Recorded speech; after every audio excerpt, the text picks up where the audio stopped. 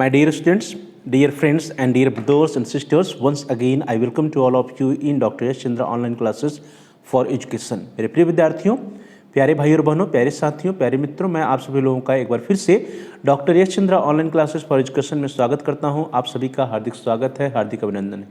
प्रिय विद्यार्थियों, पंडित दीनदयाल उपाध्याय गोरखपुर विश्वविद्यालय गोरखपुर के जो बीएड प्रथम सेमेस्टर के विद्यार्थी हैं, उनका प्रथम सेमेस्टर का एग्ज़ाम हुआ था 27 फरवरी 2023 को।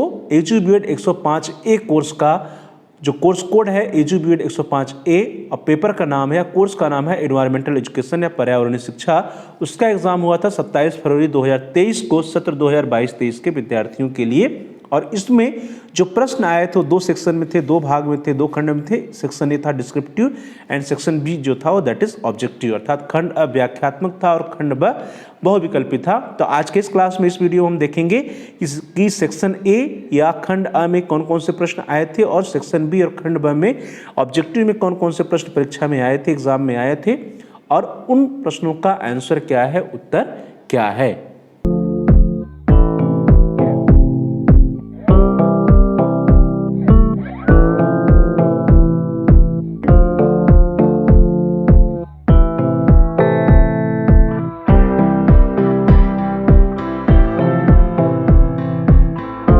को स्टार्ट करते हैं। सबसे पहले हम सभी लोग जो edu BEd 105A environmental education या पर्यावरणीय शिक्षा का एग्जाम हुआ था 27 फरवरी 2023 में, उसमें जो सेक्शन ए था या खंड अ था डिस्क्रिप्टिव या व्याख्यात्मक, उन प्रश्नों को देखेंगे कि कौन कौन से प्रश्न आएंगे और उसके बाद हम लोग सेक्शन बी या ऑब्जेक्टिव या बहुविकल्पी प्रश्नों को हल करेंगे। आपके स्क्रीन पर क्वेश्चन पेपर है और क्वेश्चन पेपर में सबसे पहले खंड अ व्याख्यात्मक या section A descriptive edu BEd 105A and edu BEd 105B BEd first semester examination 2022-23। Dear students, जो यह पेपर है 105A और 105B, ये क्या है, ऑप्शनल पेपर है। तो कुछ विद्यार्थियों ने 105A लिया होगा एनवायरमेंटल एजुकेशन, कुछ विद्यार्थियों ने 105B या वैल्यू एंड पीस एजुकेशन का सिलेक्शन किया होगा। तो आज की इस क्लास में, इस वीडियो में हम लोग group 1 edu BEd 105A environmental education का जो पेपर था उसके बारे में चर्चा करेंगे। फिर अन्य क्लासेज में हम लोग वैल्यू एंड पीस एजुकेशन के पेपर की भी चर्चा करेंगे। अब सबसे पहले इंपॉर्टेंट इंस्ट्रक्शन दिया हुआ है, महत्वपूर्ण निर्देश, और महत्वपूर्ण निर्देश में है कि the question paper is in 2 section. Section A descriptive will be of 15 marks and section B objective will be of 60 marks. अर्थात प्रश्न पत्र जो है वो दो भागों में है। खंड अ व्याख्यात्मक है जो कि 15 अंकों का है, और खंड ब जो है वो ऑब्जेक्टिव या बहुविकल्पी है जो कि 60 अंकों का होगा। खंड अ परीक्षा के अंत में जमा कर लिया जाएगा, अर्थात section A will be deposited at the end of the examination and the duration of section A examination is 1 hour, अर्थात 1 घंटे का समय होता है सेक्शन ए के लिए। तो 1 घंटे बाद जो है आपका जो डिस्क्रिप्टिव वाला आंसर शीट है वो जमा कर लिया जाएगा। एंड जो सेक्शन बी है या खंड ब है उसका उत्तर पत्रिका अर्थात OMR जो है जमा होगा परीक्षा के लास्ट में, और क्वेश्चन बुकलेट विद्यार्थी घर ले जा सकते हैं।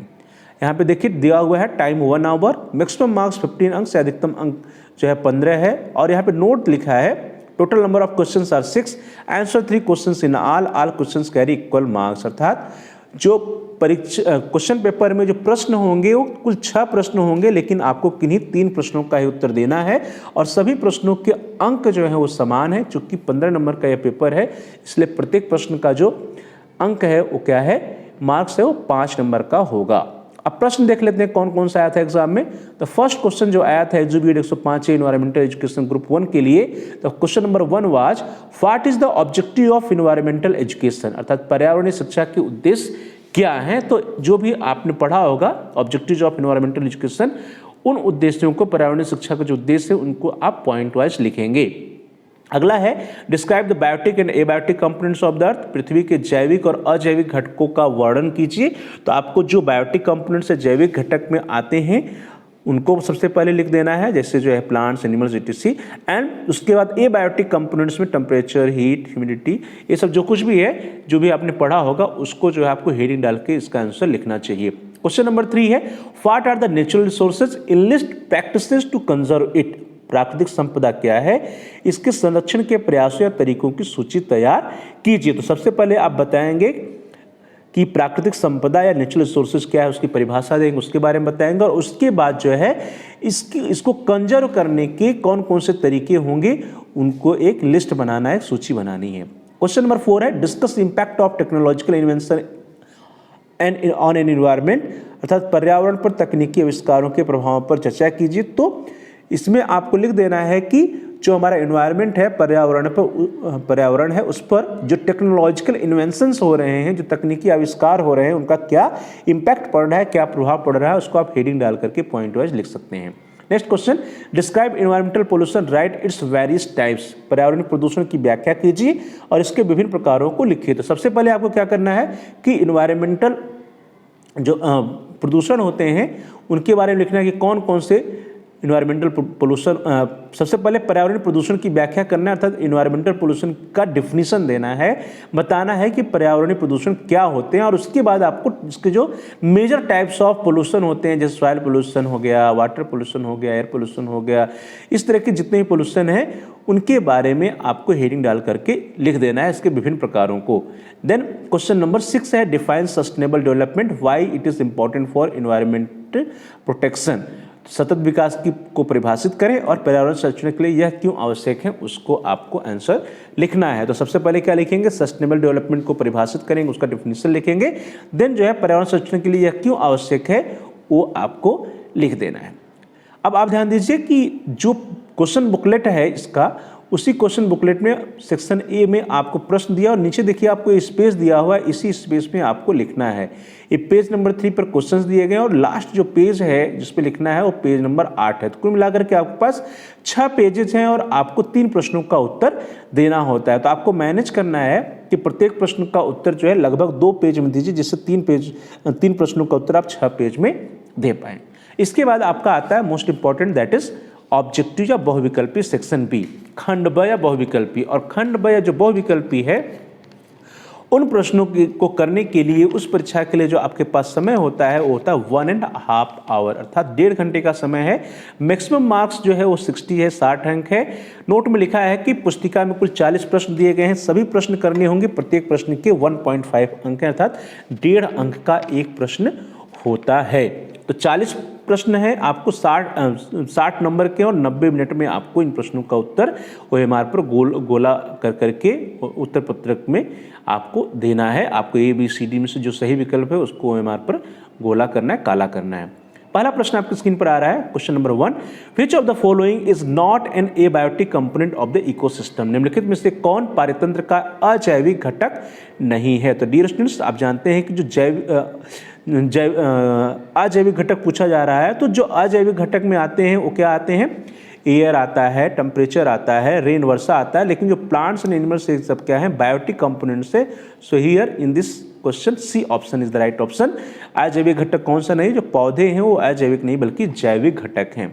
अगला क्वेश्चन है question number 2, which day is celebrated on 22 अप्रैल, 22 अप्रैल को कौन सा दिवस मनाया जाता है। और आपके विकल्प हैं, ए वर्ल्ड ओजोन डे या विश्व ओजोन दिवस, बी है नेशनल एनर्जी कंजर्वेशन डे, राष्ट्रीय ऊर्जा संरक्षण दिवस, सी है अर्थ डे या पृथ्वी दिवस, एंड डी है वर्ल्ड सॉइल डे या विश्व मृदा दिवस। तो डियर स्टूडेंट्स, 22 अप्रैल जो होता है, 22 अप्रैल को हम क्या मनाते हैं, वी सेलिब्रेट अर्थ डे, हम पृथ्वी दिवस मनाते हैं 22 अप्रैल को। So here the C option is the right option. Now the next question, अगला प्रश्न आपकी स्क्रीन पर, क्वेश्चन नंबर 3, प्रश्न संख्या 3 प्रश्न है, where was the world's first environmental conference held, विश्व का पहला पर्यावरण सम्मेलन कहाँ हुआ था, ये प्रश्न है। और आपके विकल्प हैं, ए नैरोबी में, B New Delhi, C Stockholm, and D Dhaka में। तो विश्व का पहला पर्यावरण सम्मेलन कहाँ हुआ था, that was held at Stockholm. कहाँ हुआ था, स्टॉकहोम में हुआ था। So here the C option is right option. In the 1972 United Nations Conference on the Environment in Stockholm was the first world conference to make the environment a major issue।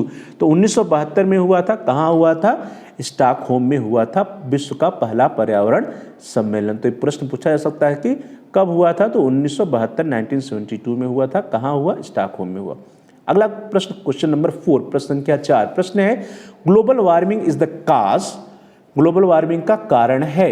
Your options are, A increase in forest या वनों में वृद्धि, B है carbon dioxide reduction, या carbon dioxide में कमी, C है increase in carbon dioxide, या कार्बन डाइऑक्साइड में वृद्धि, एंड डी है इंक्रीज इन ऑक्सीजन, या ऑक्सीजन में वृद्धि। तो जो ग्लोबल वार्मिंग का कारण है वनों में वृद्धि से नहीं है, वनों में वृद्धि होना तो पर्यावरण के लिए फायदेमंद है, ऑक्सीजन में वृद्धि फायदेमंद है और कार्बन डाइऑक्साइड में कमी भी फायदेमंद है। तो जो सी ऑप्शन बचता है कार्बन डाइऑक्साइड में वृद्धि, यही क्या है ग्लोबल वार्मिंग का कारण है। So here in this case the C option is the right option, global warming is the cause of due to increase in carbon dioxide, carbon dioxide में वृद्धि के कारण ही ग्लोबल वार्मिंग होता है। So here the C option is right option. Now the next question, question number 5, प्रश्न संख्या 5।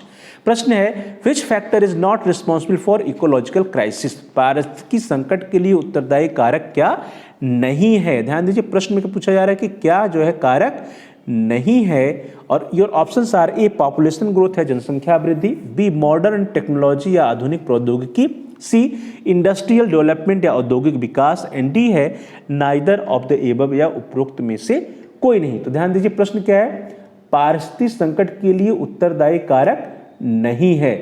तो नहीं कौन सा होगा, हम देख लेते हैं कि कौन कौन सा उत्तरदायी कारक है। पॉपुलेशन ग्रोथ जो है वो रिस्पॉन्सिबल है, मॉडर्न टेक्नोलॉजी या आधुनिक प्रौद्योगिकी भी रिस्पॉन्सिबल है और इंडस्ट्रियल डेवलपमेंट भी रिस्पॉन्सिबल है। सो यहाँ पे जो डी ऑप्शन होगा नाइदर ऑफ द एबव या उपरोक्त में से कोई नहीं, यही सही होगा, क्योंकि प्रश्न है कि पारिस्थितिक संकट के लिए कौन सा उत्तरदायी कारक नहीं, तो सभी उत्तरदायी हैं, जनसंख्या वृद्धि भी है, आधुनिक प्रौद्योगिकी भी है और औद्योगिक विकास भी जो है, ये सभी पारिस्थितिक संकट के लिए उत्तरदायी हैं। सो ये the D option is right option. Now the next question, question number 6, प्रश्न संख्या 6।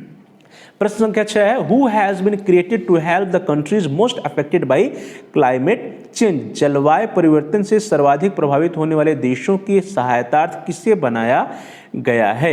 And your options are A green climate fund, B climate relief fund, C green bank, and D world green fund. तो क्या बनाया गया dear students, वो green climate fund बनाया गया है, GCF बनाया गया है। So here the A option is the right option.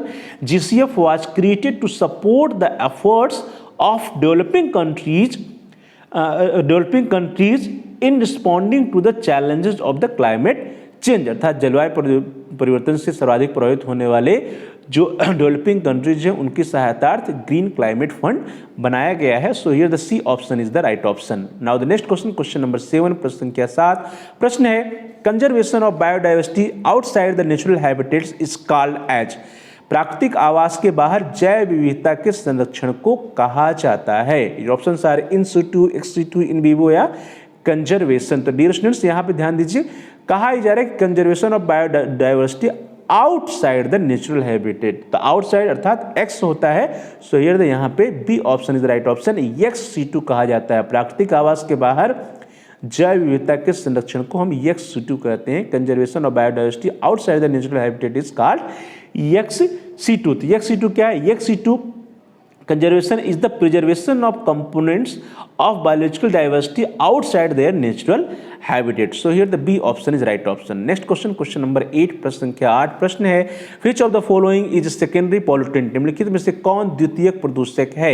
and your options are A carbon monoxide, B है स्मॉग, C है कार्बन डाइऑक्साइड, एंड D है फ्लाई ऐश। तो डियर स्टूडेंट सबसे पहले हम आपको ये बता दें कि सेकेंडरी पॉल्यूटेंट होते क्या हैं, द्वितीयक प्रदूषक होते क्या हैं। तो सेकेंडरी पॉल्यूटेंट जो है, secondary pollutant are defined as the pollutants which form in the atmosphere, अर्थात वो जो है पॉल्यूटेंट ऐसे होते हैं जो कि एटमॉस्फेयर में अपने से बनते हैं। Secondary pollutant do not come directly from the source like vehicles और पावर प्लांट, जैसे कि कार्बन डाइऑक्साइड या अन्य गैसेज जो है सीधे सीधे जो है हमको व्हीकल से मिलते हैं, पावर प्लांट से मिलते हैं, इंडस्ट्री से मिलते हैं, लेकिन जो सेकेंडरी पॉल्यूटेंट होते हैं वो इन्वायरमेंट में वे बनते हैं। It forms as a result of the pollutants the source emit and react with the molecules in the atmosphere. ये क्या होता है कि जो पॉल्यूटेंट्स जो है व्हीकल्स के द्वारा, इंडस्ट्रीज के द्वारा छोड़े जाते हैं, उन पॉल्यूटेंट्स के साथ कुछ केमिकल्स जो है रिएक्ट करते हैं और रिएक्ट करके क्या बनाते हैं, सेकेंडरी पॉल्यूटेंट बनाते हैं। जैसे स्मॉग हो गया, जैसे आपका ग्राउंड लेवल ओजोन हो गया, एसी डिपोजिशंस हो गए, दीज आर क्या है, ये सभी क्या है, पार्टिकुलेट मैटर्स हैं। तो photochemical smog, ground level ozone, AC depositions, nitrogen oxides, ये सभी क्या है, पार्टिकुलेट मैटर्स हैं। और यहाँ पे जो विकल्प दिया गया है, जो कार्बन मोनोऑक्साइड हो क्या है, प्राइमरी पॉल्यूटेंट है, कार्बन डाइऑक्साइड प्राइमरी पॉल्यूटेंट और फ्लाई ऐश भी प्राइमरी पॉल्यूटेंट है, लेकिन जो स्मॉग होता है, स्मॉग क्या है, इट इज द्वितीयक प्रदूषक। So here the B option is right option.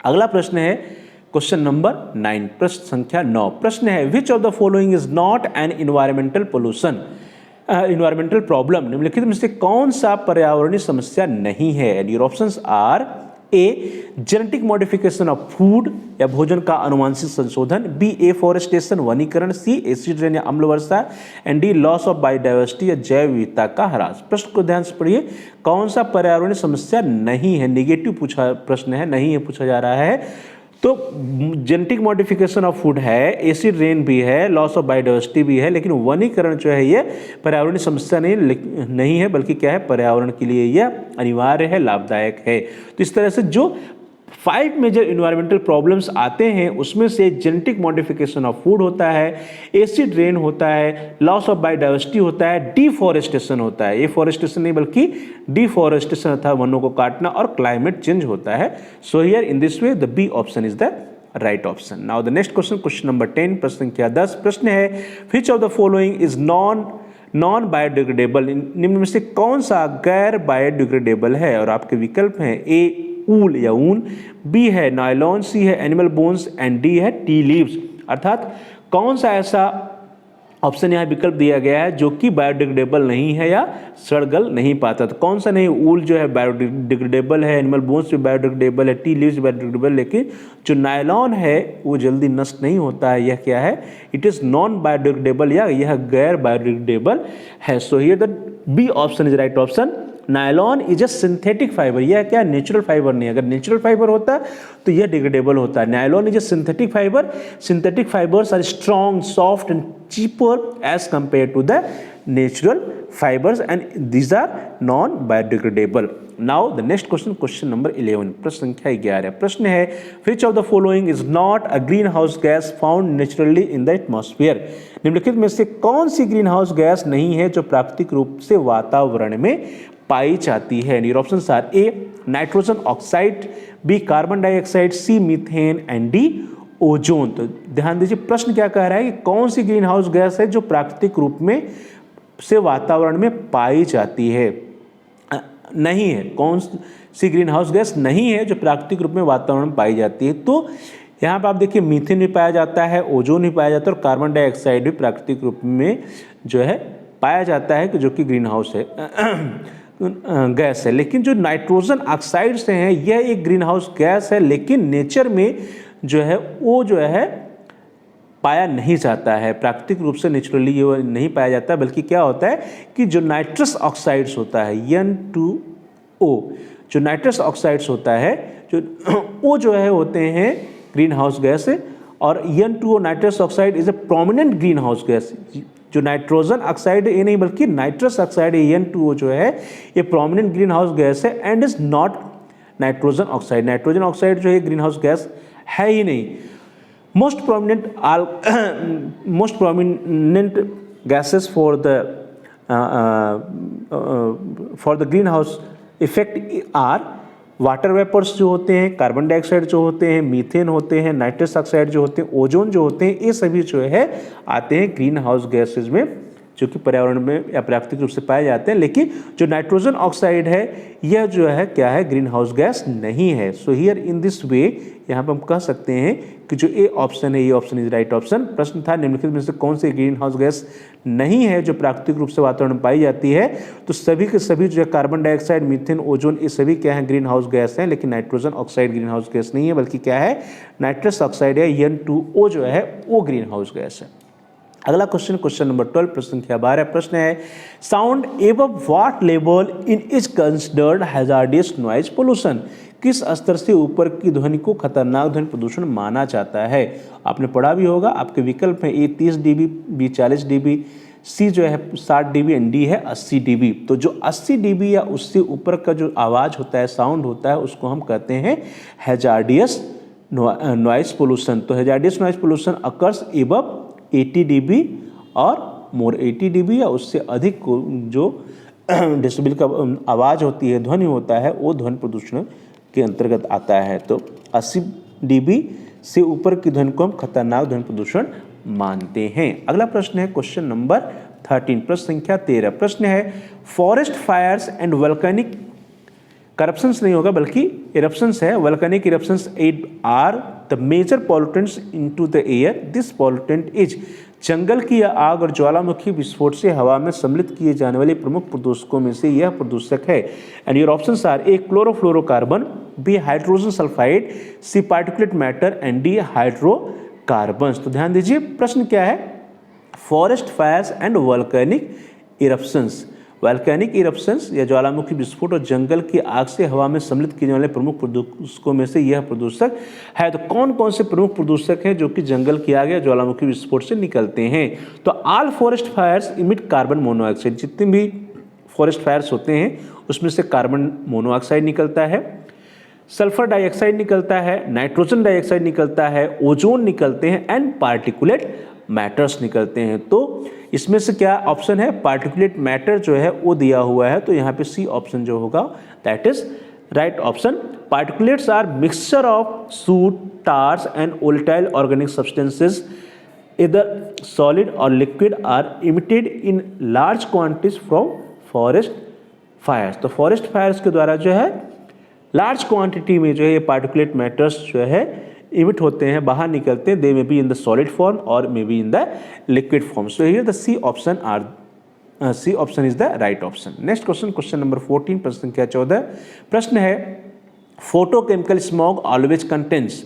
Photochemical धुंध में हमेशा होता है। And options are A phosphorus, B ozone, C methane and D aluminium ion. तो फोटोकेमिकल स्मॉग में हमेशा क्या होता है, the photochemical smoke always contains the ozone gas और O3 as a pollutant. Photochemical smoke में हमेशा क्या होता है, ओजोन गैस होती है। So here the B option is right option. Photochemical धुंध में हमेशा ओजोन होता है।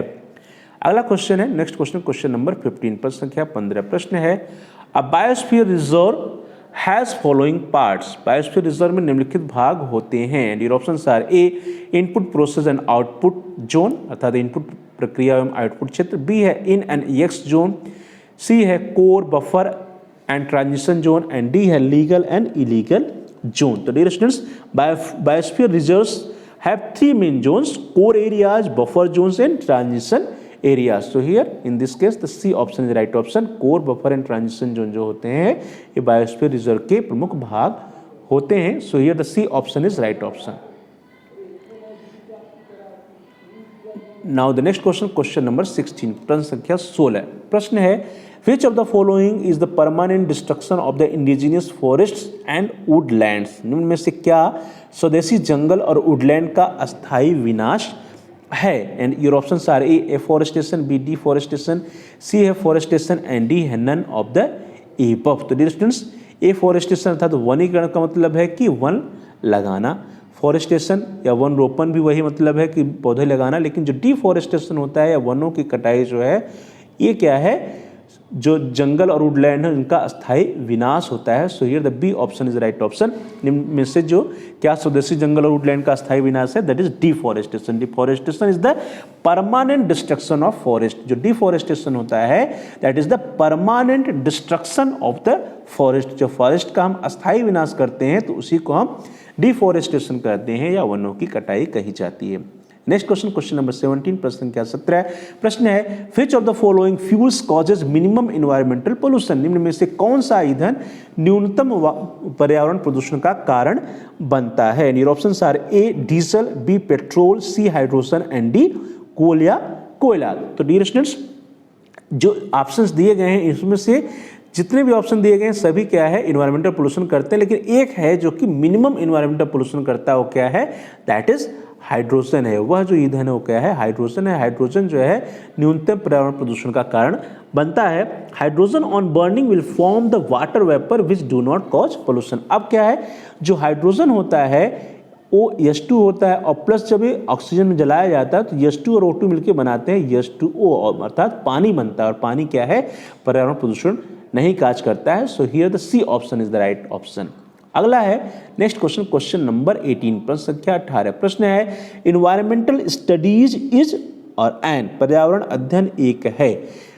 एंड योर ऑप्शंस आर ए जो यहाँ पे ऑप्शंस दिए गए इसमें थोड़ा सा करेक्शन करने की आवश्यकता है। जो पहला ऑप्शन है वो इंटर नहीं बल्कि वो है INTRA, इंट्रा है, और इसको बोलते हैं अंतरा अनुशासिक या अंतरा विषयक, अंतरा अनुशासिक या अंतरा विषयक अध्ययन। दूसरा बी है ट्रांस डिसिप्लिनरी स्टडीज या ट्रांस विषयक अध्ययन या पार अनुशासिक अध्ययन कहा जाता है। तीसरा जो सी है that is multi disciplinary studies या बहु विषयक अध्ययन, एंड जो डी है that is inter disciplinary studies या अंतर विषयक अध्ययन। तो डियर स्टूडेंट्स, जो इन्वायरमेंटल स्टडीज है वो क्या है, इंटर डिसिप्लिनरी स्टडीज है या अंतर विषयक अध्ययन है। So here the D option is right option. इस प्रश्न का जो डी ऑप्शन है वो सही है।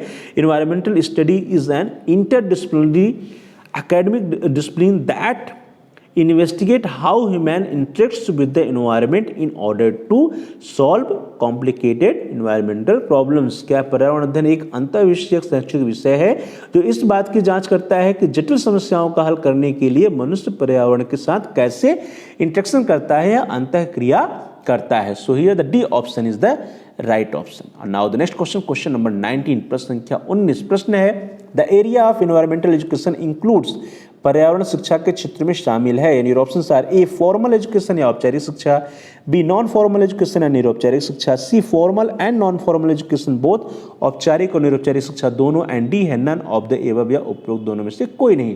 तो डियर स्टूडेंट, जो पर्यावरण शिक्षा है या area of environmental education include है वो फॉर्मल भी है और नॉन फॉर्मल भी है। So here the C option is right option. औपचारिक और निरौपचारिक शिक्षा दोनों, पर्यावरण शिक्षा के क्षेत्र में क्या है, औपचारिक और निरौपचारिक शिक्षा दोनों सम्मिलित हैं। So C option is right option. Now the next question, question number 20, प्रश्न संख्या 20। प्रश्न है the cause of hazard to biodiversity is, जैव विविधता के खतरे के कारण है। यानी option are A pollution, B habitat loss, C disease and D all of the above. तो जैव विविधता के जो खतरे के कारण है पोल्यूशन या प्रदूषण है ही, हैबिटेट लॉस या प्राकृतिक वास का नुकसान भी है, डिजीजेज या बीमारी भी है। So in this way here the जो डी ऑप्शन है, D option is the right option, all of the above. Dear students, इस तरह से हम लोगों ने आज की क्लास में इस वीडियो के अंतर्गत जो 27 फरवरी 2023 को बीएड फर्स्ट सेमेस्टर कोर्स एजुबीएड 105A या एनवायरमेंटल एजुकेशन या पर्यावरण शिक्षा का पेपर हुआ था उसको सॉल्व किया। हम लोगों ने सबसे पहले देखा कि सेक्शन ए या खंड आ में कौन कौन से प्रश्न आए थे, उसके बाद सेक्शन बी या ऑब्जेक्टिव या बहुविकल्पी में कुल 40 प्रश्न जो आए थे उसमें से प्रथम 20 प्रश्नों को हम लोगों ने सॉल्व किया। अन्य जो 20 प्रश्न हैं उनको हम अगले क्लास में अगली कक्षा में सॉल्व करेंगे। तब तक के लिए आप सभी का बहुत बहुत धन्यवाद। Please like, share and comment on the video. Dear students, आप इस वीडियो को लाइक करिए और इस वीडियो को अपने फ्रेंड सर्कल में शेयर कीजिए। साथ ही साथ आप इस वीडियो पे कमेंट्स भी कर सकते हैं। कमेंट्स के द्वारा यदि आपका कोई बहुमूल्य सुझाव है या कोई प्रश्न है या कोई समस्या है तो आप हम तक पहुंचा सकते हैं। हम आपके प्रश्नों का उत्तर देने का प्रयास करेंगे, आपकी समस्याओं का समाधान करने का प्रयास करेंगे और साथ साथ जो भी आपके बहुमूल्य सुझाव होंगे उन सुझावों पर अनुपालन भी करने का प्रयास करेंगे। So please like, share and comment on the video. Also subscribe the channel. Dear students, यदि आपने अभी तक चैनल को सब्सक्राइब नहीं किया है तो कृपया आप चैनल को सब्सक्राइब कर लीजिए, जिससे कि आप अपने कोर्स से रिलेटेड सभी एजुकेशनल वीडियोज को आसानी से प्लेलिस्ट में जाकर के सर्च कर पाएँ, ढूंढ पाएँ, देख पाएँ। इसके लिए जरूरी है कि आप चैनल को सब्सक्राइब कीजिए और साथ ही साथ जहाँ पर सब्सक्राइब लिखा है उसके बगल में घंटी का आकार है, बेल का आइकन है, उसको प्रेस करिए। उसको दबाने पर कुछ ऑप्शंस आते हैं, उसमें से आप ऑल के ऑप्शन को सेलेक्ट कर लीजिए। इससे यह होगा कि आपके कोर्स से रिलेटेड जितने भी नए एजुकेशनल वीडियोज आएंगी उसकी नोटिफिकेशन, उसकी इन्फॉर्मेशन आपको समय से मिल जाएगी और आपका कोई भी वीडियो मिस नहीं होगा। So thanks to all of you. अगले वीडियो में मिलते हैं अन्य 20 प्रश्नों के साथ। तब तक के लिए आप सभी का बहुत बहुत धन्यवाद।